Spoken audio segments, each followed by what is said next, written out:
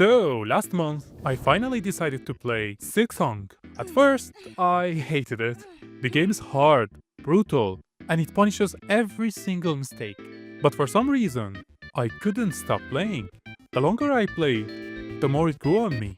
And then, it hit me. Wait, I could make this. In 3D, Silksong has a lot of amazing boss fights, but the one that stuck with me most was Skaarsinger Karmelita. Most players agree, she is the best. So I decided to recreate her entire fight. Let's rewind a bit and see how I spent 1 month rebuilding Hollow Knight Silksong in 3D. I started this project with our main character, Hornet. First, I opened my modeling software and started shaping her body. Then, I added the dress and gave her the needle. Luckily, her design is simple, so bringing her into 3D wasn't too bad. I spent a while tweaking textures and colors until she just felt right. And finally, here she is inside Unity. Now, it was time to bring her to life. In the original game, Hornet moves only left and right, but in 3D, she can move freely in any direction. Next came the jump. A quick tap gives her a tiny hop, and holding the button long enough gives her a full jump. Oh, and I also added close simulation to her dress, and it looked great until her hands started clipping through it. So I just... After that came the dash. I added this cool effect, boosted her speed, and boom! Now she can dash, just like in the original game. At one point, I found this cute little creature on Sketchfab. I stole its wings, turned one feather into a particle effect, and just like that, Hornet had a double jump. But then came the pogo. In Silksong, it's simple. You strike down at a 45-degree angle, and you bounce off enemies or objects. In 2D, it feels amazing, but in 3D, yeah, not so amazing. Suddenly, you have to line up your camera, your angle, your distance, your timing, and pray you don't miss by half pixel. Psst, aim assist. Oh, yeah, any normal dev would have added aim assist, but I wanted to keep the original challenge. Or maybe I was just lazy. Either way, I left it exactly as it was. And because one pogo wasn't enough suffering, I decided to try it on 3. So I set up a little challenge. I want to reach this platform by doing 3 pogos in a row. How hard could it be?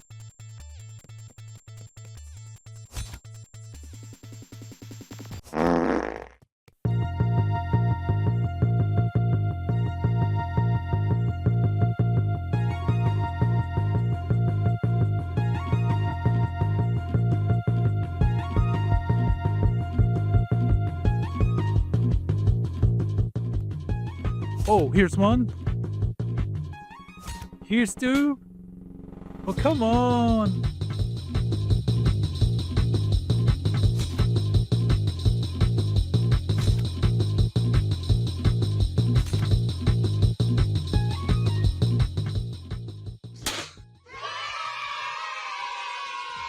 Anyway, after regaining my sanity, I worked on the attack system. I found great tutorial for creating slash effects and gave Hornet the ability to attack in different directions even if she's midair, all while running. I also added a simple UI with health masks. If you take a hit, you lose one, but if you lose all of them...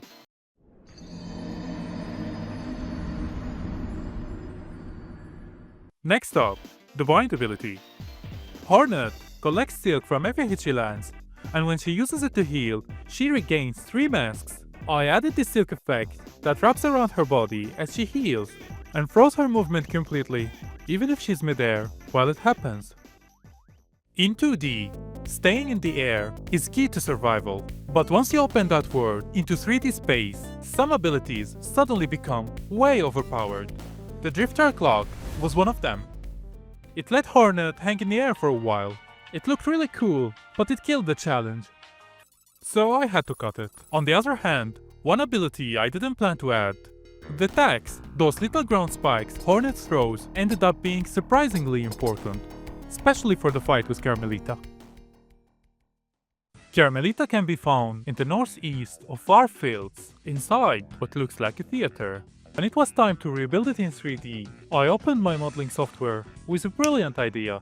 I'll just build the whole thing at once. A couple of hours later, I was still staring at an empty scene. It just felt above my power. Way too many details and nowhere to start. So I stepped away for a moment, reset my brain, and came back with a new plan. Instead of making the entire arena in one go, I broke it into small pieces. I imagined it as a big circular stage, surrounded by balcony. If Hornet is 1 unit tall, Karmelita is about 1.8, and the arena radius is roughly 5.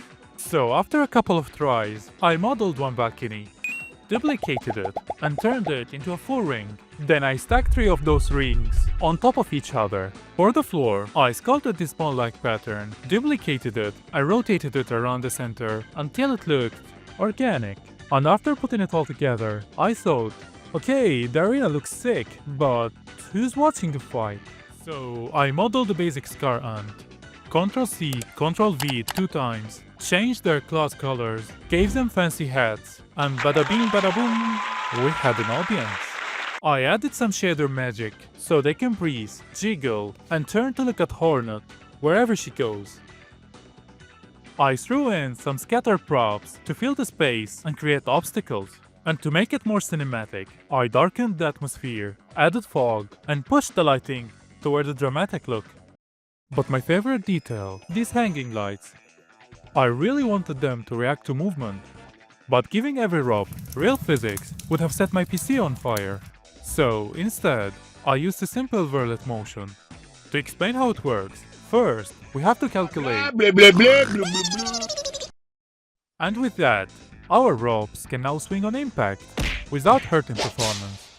And once everything snapped together, ladies and gentlemen, this is the final arena. Now onto my favorite part, Karmelita. It took me a few days to build her AI system. In the original game, she's very strong, and I wanted her to feel the same way here. At first, she just followed Hornet around, like she was playing tag, with no attacks. Cute, but it's not exactly what we want. Yo, Karmelita, come here, I wanna show you something. Okay, let's go.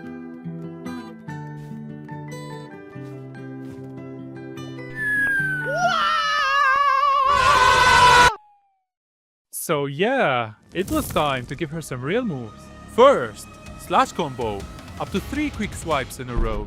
Twirl slash, where she spins toward you like a bee-blade. Curve sickle throw, she eats her blades at you and sometimes jumps to throw them down from above.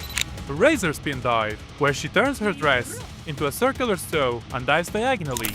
And finally, the bone spines attack. Very cool. But how does she decide what to use? I built her brain around something called weighted random picking. Basically, behind the scenes, she rolls a dice and asks herself, should I attack or should I wait? If she decides to attack, she checks how far Hornet is and whether she has a clear line of sight. Hey, listen, sorry about last time. Come again, I wanna show you. Yeah, boy. Oh. No, no, no, no, no, no, no, no, no, no! In simple words, she's not really smart, but she's unpredictable, and that's what makes her fights more interesting. With all that in place, Karmelita finally felt complete and ready for the final dance.